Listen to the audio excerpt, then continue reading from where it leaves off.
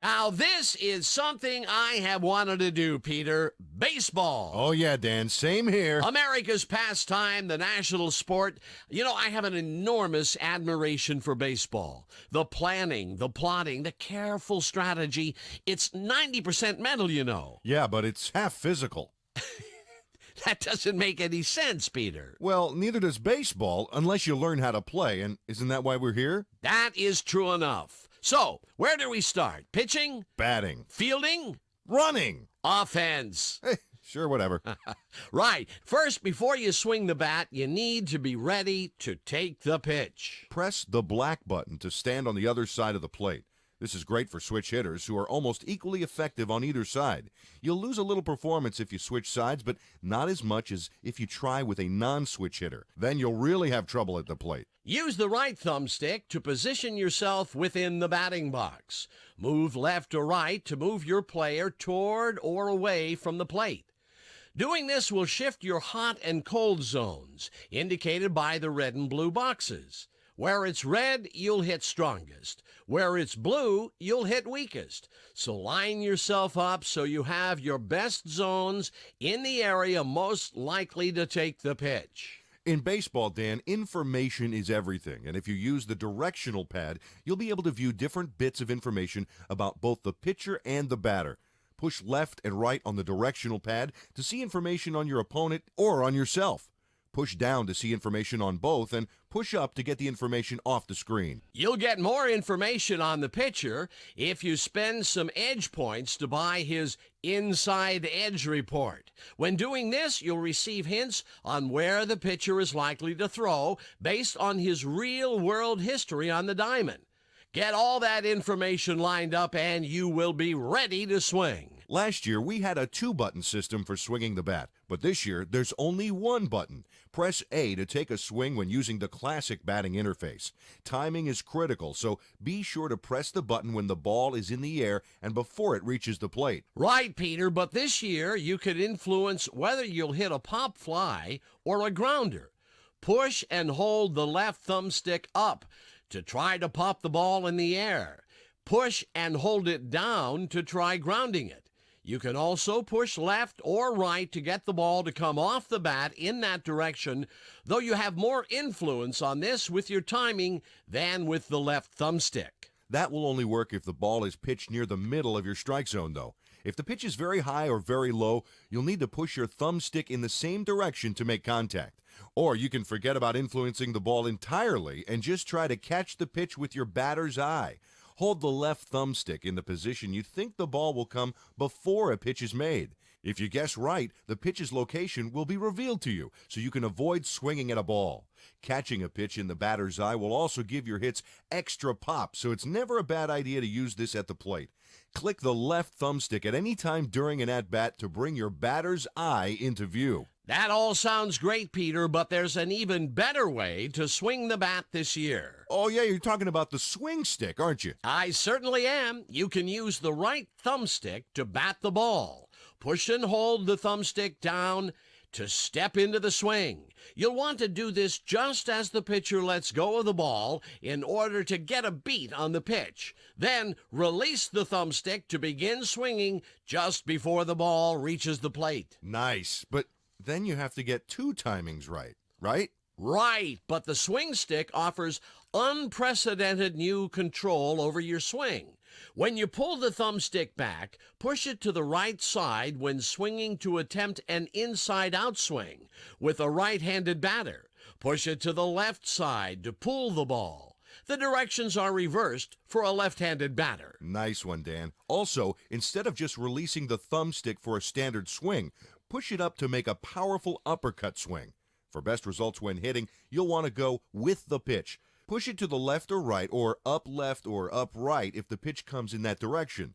If you finish your swing in the same direction as the pitch, you'll get better contact on the ball. And you can also push and hold the thumbstick up before the pitch to attempt a bunt of the ball. Pull the left and right triggers to choose which direction you want the bunt to go. You could also prepare a bunt by pressing and holding the Y button. Finally, pull the right trigger immediately after swinging to check your swing, or just be smart and hold your right thumbstick down through the pitch. Nice. Once you get the hang of it, you'll be putting balls all over the grass with the swing stick. It really gives you a whole new level of control. Indeed. Now, if you've got a player on base and you want him to steal, push the left thumbstick in the direction of the base you want stolen and press the X button. That would be up for second base and left for third base. And down for home. That's right. Got it. Remember to press the runner's button rapidly once he starts running to give him an extra burst of speed. If you're thinking of making a steal, you can pull the left trigger to have all your runners add another step to their leadoff.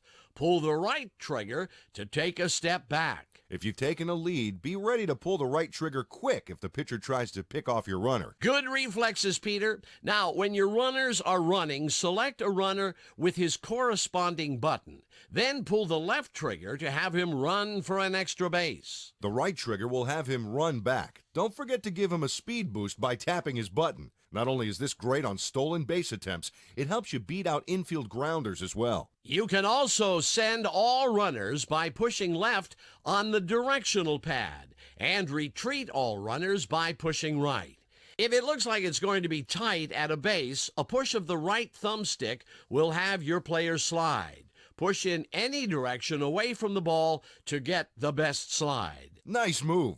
All of these same controls will work in base burner mode, which activates when you press the B button before taking the pitch. In this mode, you'll take control of the base runner, leaving the CPU to bat. Each press of the B button will cycle through your players on the diamond. Use the left thumbstick to adjust your leadoff. Then pull the right trigger to run for the next base.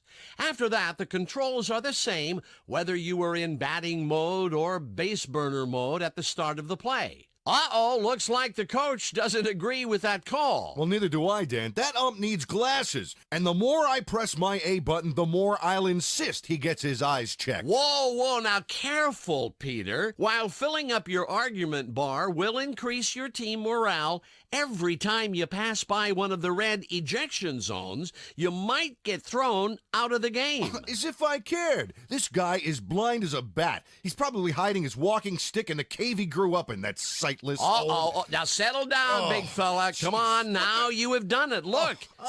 If you had not been ejected, you would have earned a strong boost for your team and improved their play for the whole inning. How am I supposed to make substitutions if I'm off the field? You can't. That's the point. For the rest of the game, the CPU will make those decisions. Oh, that's ridiculous. This is an outrage. I can't believe he would do that to me. Okay, calm down, big fella. Just calm down, Peter. All right, Peter, have you calmed down? Just barely. You really need to settle down, Peter. Hey, you know me. I'm competitive. Very competitive. Well, all right, then pay attention. You may learn something new to compete with. In Major League Baseball 2K6, there's a new way to pitch called payoff pitching. Payoff pitching? Isn't that a pitch on a 3-2 count? Yes, but here it refers to a new system for pitching. First, when you use your left thumbstick to position the ball icon, you're not positioning where the ball will end up, but rather where the ball will break from. So a ball with a lot of motion, like a curveball or a slider, will end up in a different position from where you choose.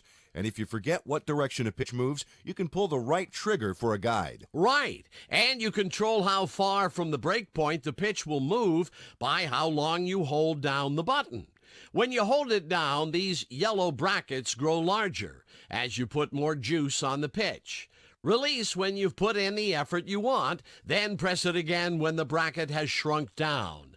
The better you time it, the more accurate your throw. Or you can just tap the button twice to keep the brackets small. Small brackets mean less motion and more precision, giving you the exact location of your pitch.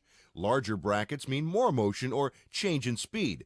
That'll make it harder to pinpoint where the pitch will end up. Exactly. But, Peter, it's important to time that second button press.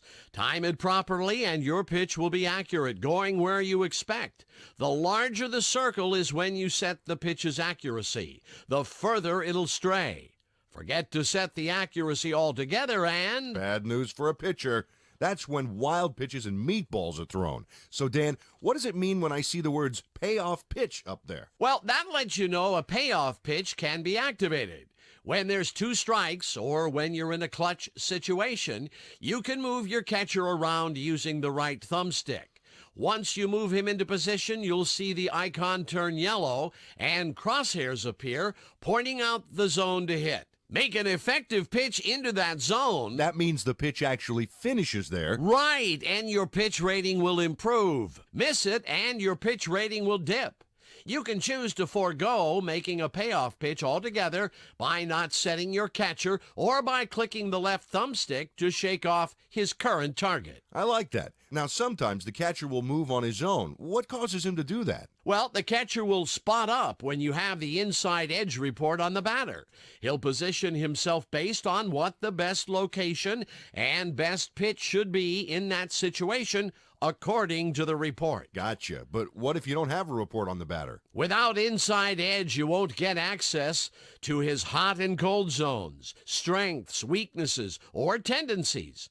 Tough luck, Peter. Sheesh, I better check my wallet. You buy it with virtual money, Peter. Oh, good. I was saving that 20 for lunch. So why is that pitch glowing? That's the catcher's suggested pitch. When the highlighted pitch glows red, the catcher wants you to make a pitch in the strike zone.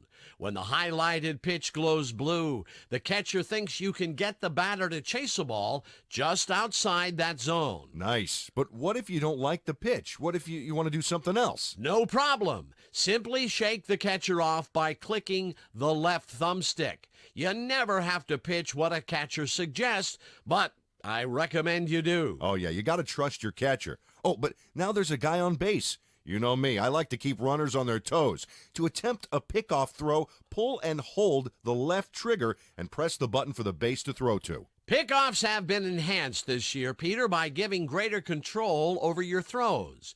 You can use the left thumbstick to pinpoint your throw low or high. A low throw is more likely to pick off the runner, but also more likely to cause an error. A high throw will be more accurate, but less likely to get the out. Or you can leave the left thumbstick alone for a balance between speed and accuracy. You can also try to pick off a stealer by throwing after the pitch. If you see someone stealing, press the button for the base he's running to and have your catcher cue up a throw. When your catcher throws the ball, you'll need to position the target with your left thumbstick.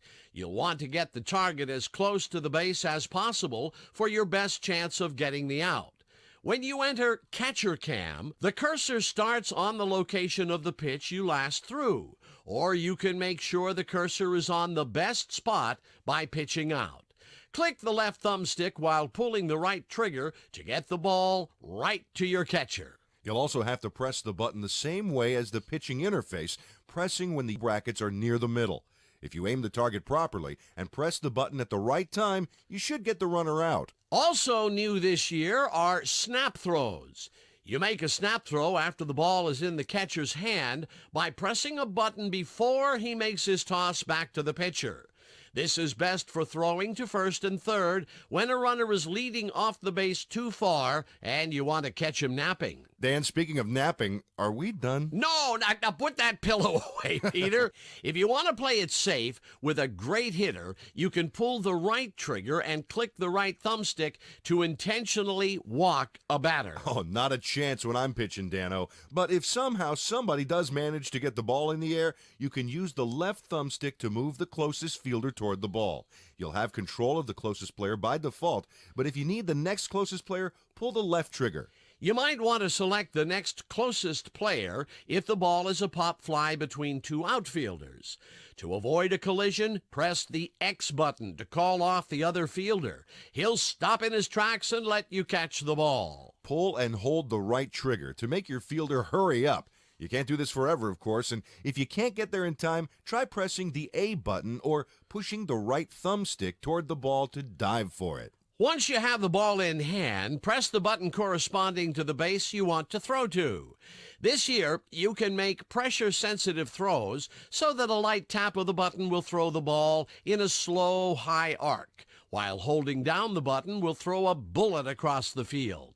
The harder you throw the ball, the greater chance you'll have of making a throwing error. So be smart about what you throw. And if you find you need the cutoff man to redirect after the throw, pull the left trigger to cut the throw off and then press the button for the base to throw to. Or just pull the left trigger again, and the CPU will throw to the best base.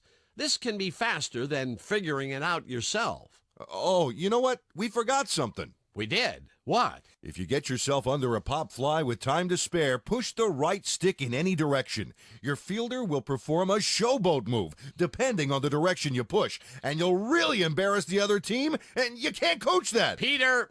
What? You just had to squeeze that in, didn't you? Hey, I didn't want to disappoint my fans. Showboat catching. This must be your competitive side coming out. It might be, Dan. You want to play a game and find out? Is that a challenge? Well, all right, but I warn you, I've been working on my 90% mental game. Yeah, well, I've got my physical half down pat. I'm quivering.